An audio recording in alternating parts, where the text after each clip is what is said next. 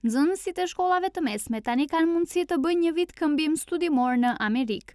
Programi YES ju mundëson nxënësve të shërbejnë si ambasadorë të rinj të shtetit të tyre për të promovuar gjërat e përbashkëta që dy vendet ndajnë, por edhe për të krijuar raporte që zgjasin mes familjeve dhe komunitetit. Ky program zyrtarisht ka filluar të implementohet në Maqedoninë e Veriut në vitin 2009 me shpresën për të zgjeruar komunikimin mes popullit amerikan dhe atij të Maqedonisë së Veriut. 155 nxënës nga vendi jon deri tani kanë qenë pjesë e programit dhe tani marrin pjesë si alumni. Programi gjithashtu përkrah personat me aftësi të veçanta dhe inkurajon të njëjtit të aplikojnë për të qenë pjesë e programit. Pjesë e këmbimit mund të bëhen edhe nxënësit nga Shtetet e Bashkuara të Amerikës, të cilët mund të vinë për të kryer një vit shkollor në ndonjë nga shkollat e mesme në Maqedoninë e Veriut. Përshëndetje dashur miq, takohemi sot për të folur për një program të këmbimit të studentëve. Jam sot në hapësirat e Këshillit Amerikan këtu në Shkup për të folur për YES programin. Afër meje është Rina Osmani, e cila do na tregoj pak më tepër për këtë program. Rina, shumë kënaqësi të të kemi. Kënaqësia është edhe imja. Unë jam Rina Osmani, jam YES alumni koordinatorja për vitin 2021 dhe 2022. Ne si programi gjithësisht është e njohur si Youth Exchange and Study, e cila është program këmbimore për nxënësit e shkollave të mesme të viteve të para dhe viteve të dyta. Kjo program i merr finalistët, se gjithsesi është garë në të cilën kandidojnë nxënësit dhe finalistët dërgohen në Shtetet e Bashkuara të Amerikës për një vit akademik ku jetojnë në familje amerikane. Personat të cilët janë eligibil për këtë program duhet të jenë të lindur prej 15 janar 2005 deri në qershor 2007. Të jenë viti i parë apo i dytë në shkollat të mesme, të jenë qytetarë të Republikës së Maqedonisë së Veriut dhe të përmbushin disa kriteriume të cilat janë për vizën amerikane. Gjithashtu, duhet që edhe të demonstrojnë aftësi komunikuese për në gjuhën angleze. Okej. Rina, na trego pak ku munden ta gjejnë aplikimin ose ku mund të drejtohen nxënësit që t'ju gjejnë edhe të mund të aplikojnë për këtë program në një farë mënyrë. Këtë vit aplikimi bëhet online nëpërmjet një linku. Linkun mund ta gjejnë edhe në faqet tona zyrtare në rrjetet sociale siç është Instagrami, YES Alumni Macedonia. Jemi në Instagram dhe nëpërmjet këtij linku hapet account në të cilin bëhet përmbushja të dhënave personale. Pas përmbushjes të dhënave personale bëhet përmbushja e eseve. Ky është raundi i parë, pastaj vjen raundi i dytë, njëkohësisht me përmbushje esesh dhe raundi i tretë ku gjithashtu është futur edhe një pjesë me intervistë. Përse duhet të aplikojnë nxënësit që të marrin pjesë? Çfarë përfshin bursat të cilën ata e marrin me anë të këtij programi? Bursa është gjithëpërfshirëse duke futur edhe shpenzimet e udhëtimit, domethënë aeroplani, shpenzimet rrugore në hotel deri në aeroport e kështu me radhë. Po përveç asaj bëhet edhe vendosja e nxënësve në familjet amerikane, është procedurë në të cilën mblidhen njerëz dhe kërkojnë, shohin interesat e përbashkët ndërmjet nxënësve dhe familjeve që të bëhet një vendosje adekuate për personin në atë familje. Në bursë gjithashtu hyn edhe bursa mujore që i mundëson nxënësve që mos kenë barriera financiare gjatë qëndrimit të tyre në Shtetet e Bashkuara të Amerikës, po ashtu edhe përveç bursave mujore ka edhe bursa gjysmëvjetorale të cilat sadokudo i ndihmojnë nxënësve që të përfshin shpenzime shkollore apo veshje e kështu me radhë, thjesht për jetesë. Përse prindrit duhet të besojnë që nëse aplikojnë fëmijët e tyre do të jenë të sigurt, ja vlen të aplikojnë. Çfarë ju kishte thënë prindërve, të cilët në këtë rast janë ata më të rëndësishmi që vendosin nëse fëmia i tyre do aplikojë ose jo? Sigurisht, edhe për prindërit si edhe për nxënësin është një vendim mjaft i rëndësishëm, edhe është ekziston friga, ekziston skepticizmi se çka do ndodhë, pastaj jemi në një kohë ku gjithçka është e pa kontrolluar, po mund të them që organizatat tona partnere të cilat janë që luajnë rol njëkohësisht si koordinator lokal që i kontrollojnë vazhdimisht hapat që i ndërmarrin këta nxënës gjatë vendosjes së tyre në Shtetet e Bashkuara të Amerikës, janë shumë profesional, janë persona që din ta e kuptojnë psikologjinë e një personi që është 16 vjeçar edhe se si do ndihesh ai në një kulturë që nuk e ka hasur më herët. Po se ekziston edhe friga që nxënësi mundet të jetë në grupe kriminale apo kështu, po programa është e dedikuar për nxënës të cilët kanë përveç atë përgjegjësinë individuale, duhet që ta kenë edhe përgjegjësinë sociale, që do të thotë se ata nuk reprezentojnë vetëm vetveten, por reprezentojnë edhe një kulturë, një shtet, një organizat dhe këta njerëz koordinatorët lokal janë aty për t'i motivuar dhe për ta qartësuar pjesën se këta nxënës janë të zgjedhur dhe dikush kontribon dhe jep financiarisht mundësinë që ata të jenë në një shtet prestigjos siç është Shtetet e Bashkuara të Amerikës. Dhe besoj që deri tani nuk kemi hasur as edhe një problem dhe nuk kemi pasur asnjë person të cilën e kanë kthyer nga programa gjatë qëndrimit në Amerikë për shkak mirë organizimit dhe udhëheqjes së duhur që e mundëson kjo program. Ti ke qenë vetë atje, më trego pak për eksperiencën tënde, çfarë të kalon përshtypja? Eksperienca ime është e shumëanshme, duke filluar që nga procesi akademik, kam pasur mundësi që të njoftoj profesor shumë të dhënë pas profesionit të tyre, qoftë për ndonjë lëndë të saktuar, siç janë lëndët shkencore, po edhe ato sociale, kështu me radhë, të cilat e dedikojnë jetën për pasionin e tyre. Dhe po nga ana tjetër, eksperienca, përvoja ime me familjen gjithashtu ka qenë shumë perfekte, pasi që unë prej në moshë shumë të vogël kam qenë e dhënë pas muzikës dhe në një farë mënyrë organizata ka bërë atë sinkronizimin mes meje se familja se ku jetoja unë ishin muzicientë.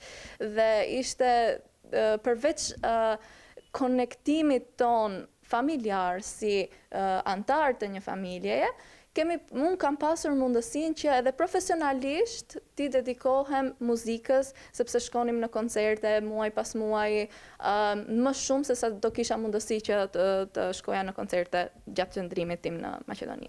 Më trego për afatet e aplikimit në YES programin për këtë vit?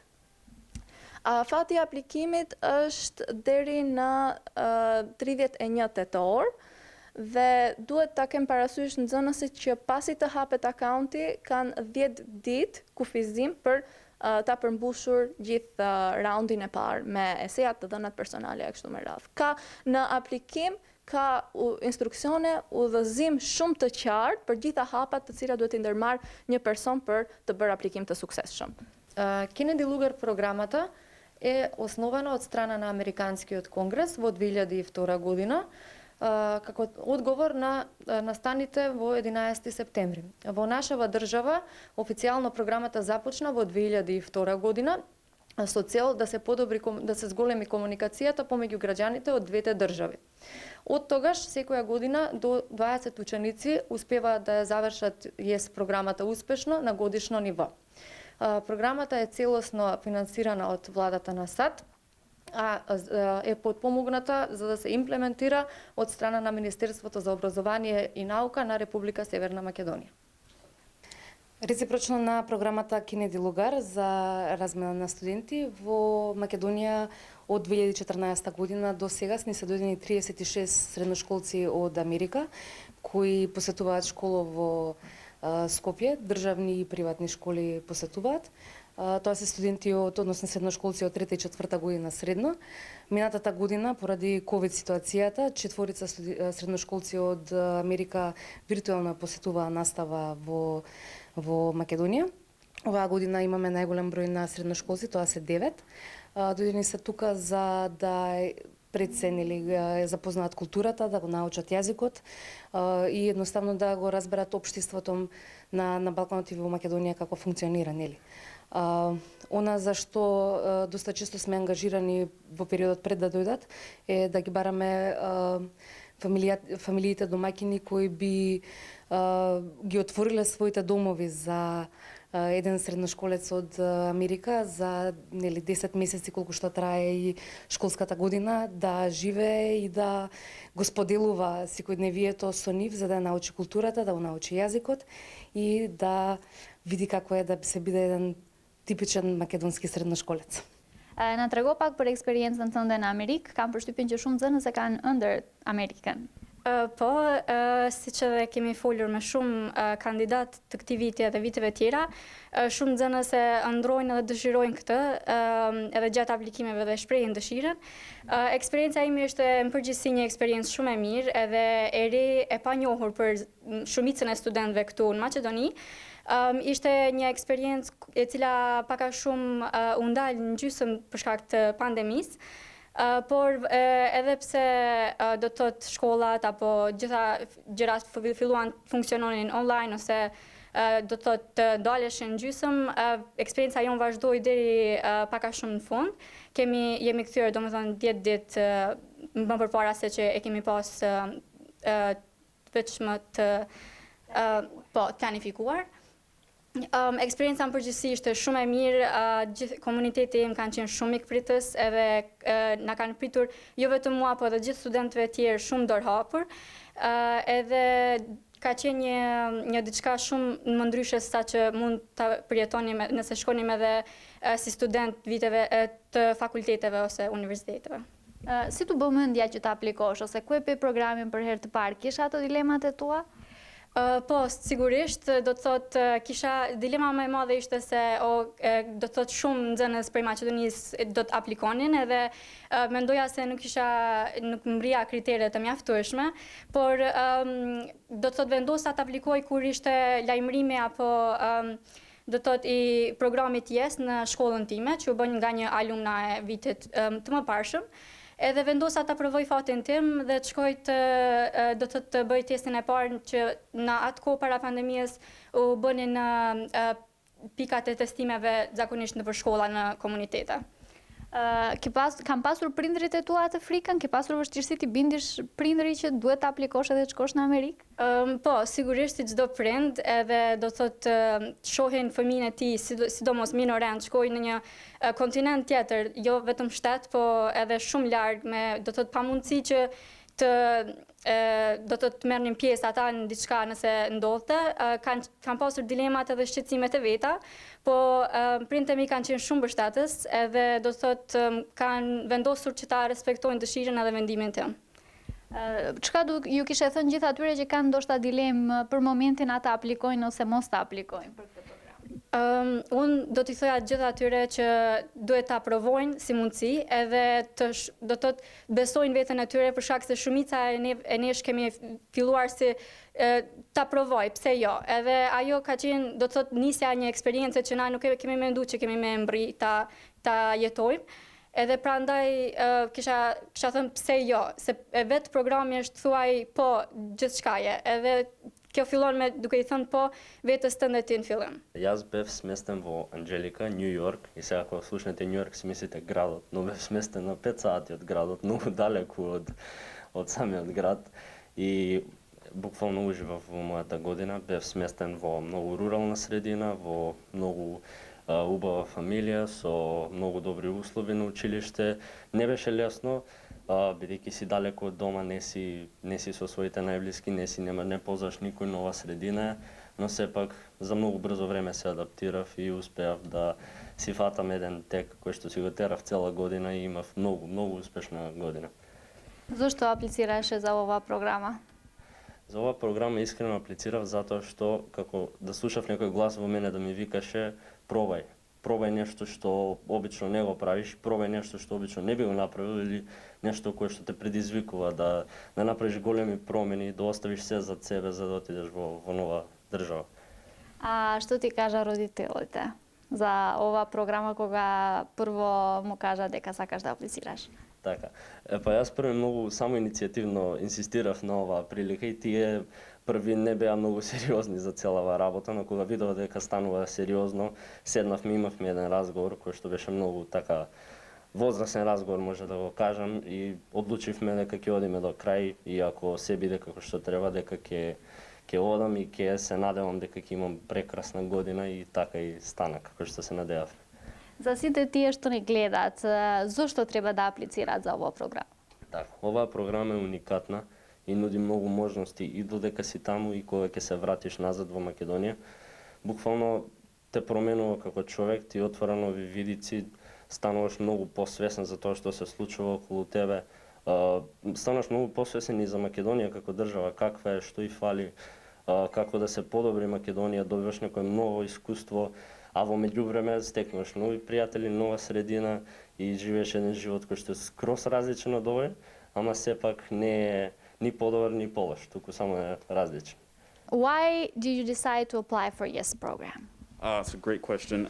So I went in to the YES program thinking that it was going to help me get into the foreign service because I wanted to go into the foreign service. And so this opportunity has prepared me to do that. So that's why I wanted to go in, to get into the foreign service afterwards.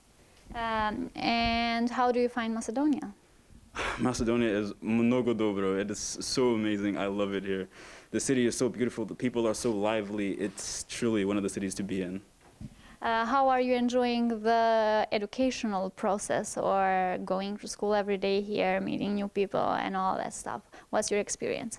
You know, the people here, again, like they're amazing. And the educational process, it is a bit difficult. It is. But I think coming into Macedonia by itself, like I knew it was going to be a challenge, and the educational part of it most definitely was a challenge, and it still is a challenge. But I'm taking it head first, and I'm thinking like it's only getting better. What about your parents? Because I asked the previous ones that went from Macedonia to America. What was their reaction where you said that I'm going to Macedonia? My mom was like, "What is Macedonia?" Like she had no idea what this country was. But you know, after she figured out where I was going and like why I wanted to go, she was 100% for it. So yeah. What's one thing that you really like here? Burek. I absolutely love burek. It is like so amazing. I've yet to try one of the specially made burek in Matka. So yeah, burek is like my favorite meal here. What's one thing that you really like here in North Macedonia? I really adore the coffee culture here. It's like in the mornings you drink coffee, during lunch you drink coffee, right before you go to sleep you drink coffee. And there's cafes everywhere and it's just, I love it. Tell me, how did the community here in North Macedonia and in your school accept you? Oh, they're very welcoming. Honestly, they were very too welcoming. I was a little shy at first because, so many people coming up to me all at the same time. But it was good to get to know them. And I feel like they'd always ask to hang out, and that was a bit weird to me. But it was so nice going out for a coffee with friends and all that. It's just something I wasn't used to, but I really loved it. What's one thing that you thought it's going to be different when you come here and now it's different? That's a tricky question. I guess, yeah, transportation, because I lived in Texas and over there we have to drive everywhere. And like, unless you're old enough to drive, you don't really go to places by yourself. Your parents drop you off. But over here, it's just like you take a bus or you walk because everywhere's so close to one another. And it's so different from what I'm used to, and I love it. Okay, this is impressive for us because we complain all the time that we don't have transportation, so... It's freedom. It's like newfound freedom for me to get to go wherever I want, whenever I want. Okay, what's one thing that you don't like here in North Macedonia? There must be something. What I don't like? I guess when it rains, it can get pretty crowded on the buses and like my shoes get muddy a lot. Tell us about your experience here in North Macedonia. My experience here in North Macedonia has so far been fantastic. I feel like I've got to meet so many new people here and just absorb the culture, which is so different than my culture back in America. And I've got to try so many new foods here, and it's just been an incredible experience so far. Tell me the difference between studying here in North Macedonia and in America. In America, I'd say in North Macedonia, I feel my class in Orta is really solid. Everybody gets to know each other and everybody's connected, whereas in America, I feel that we have a different system where students don't get the chance to interact as much between classes. So I think just the community feel in classes here is fantastic. How do you find the people here? They're really warm and welcoming. Like, I wasn't expecting people to be so nice all the time. It's really different from America, where sometimes people are just like kind of cold to you. What's something that the other students always ask you about for America? They always ask me about different stereotypes for America, like, how are you surviving here with no McDonald's? And yeah, it's just a lot of things that I would kind of expect of people who haven't been to America before. Why did you apply for this program? I applied because I really wanted to see what it was like in another country, specifically in countries that us Americans don't know much about. Most people that I know back home don't know where Macedonia is or even what it is. So being here, I think I get like a new perspective on countries that aren't as recognized in the US, and then I can also show a little bit about America because maybe they don't meet as much Americans, and then bring back the culture I learned here and to America and then show people. What about the family you are staying at? How do you find them? My host family they're amazing.